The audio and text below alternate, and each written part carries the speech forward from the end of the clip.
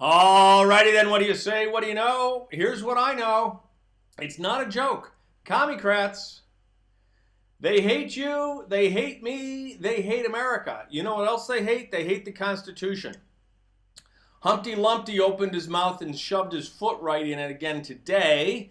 And this is something I haven't seen anybody talking about this. This is exclusive Timbo take that you get here and nowhere else.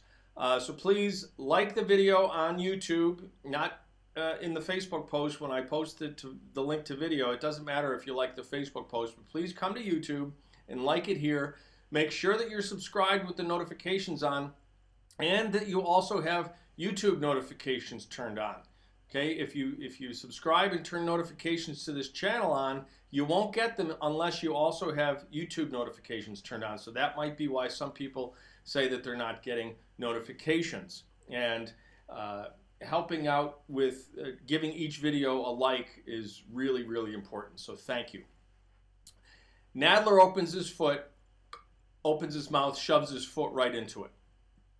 He said, Constitution be damned. See, now I get to play Adam Schiff. I get to make up stuff.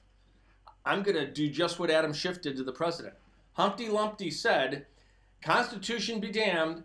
It doesn't matter what the Constitution said. We in the House can do whatever we want in order to impeach a president.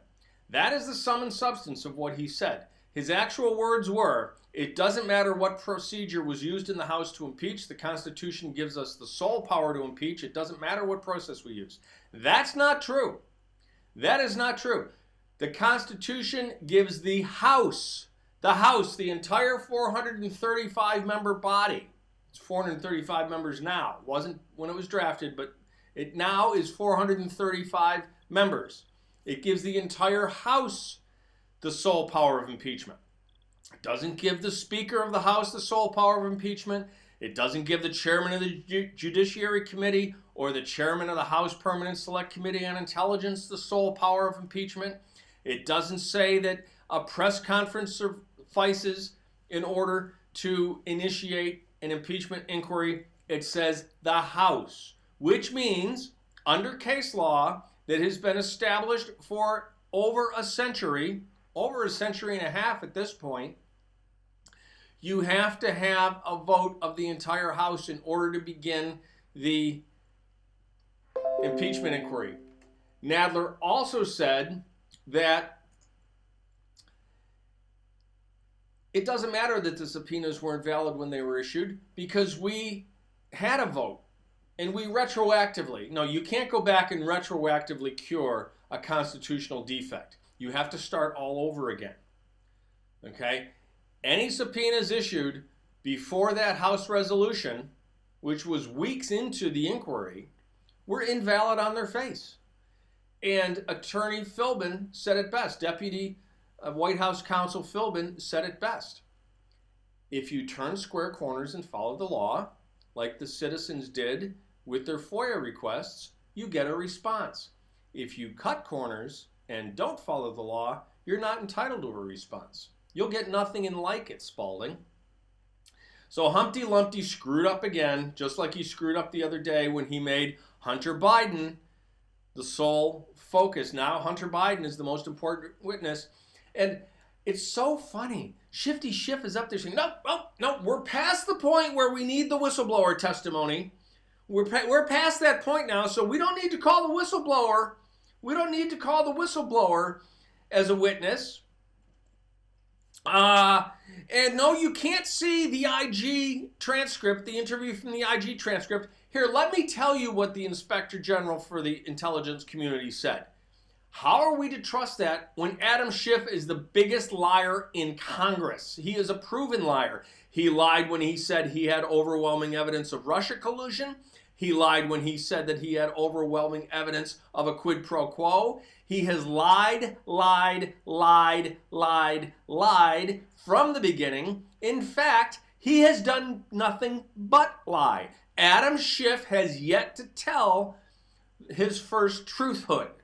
Okay, truthhood is a word I just made up because we've got falsehoods and he's been telling falsehood after falsehood after falsehood, but he has yet to tell his first truthhood.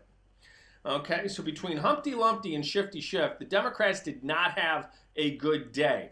If the Senate votes to allow additional witnesses at this point, and remember, it's not witnesses. They're not saying we can't have any witnesses. We've already had 18 witnesses.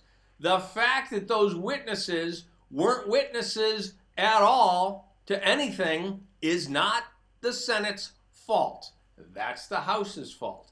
If the Senate votes to allow additional witnesses, it will irreparably damage the Senate as a separate body. It will forever make the Senate the House's bitch. That reason and that reason only. There is no cover-up.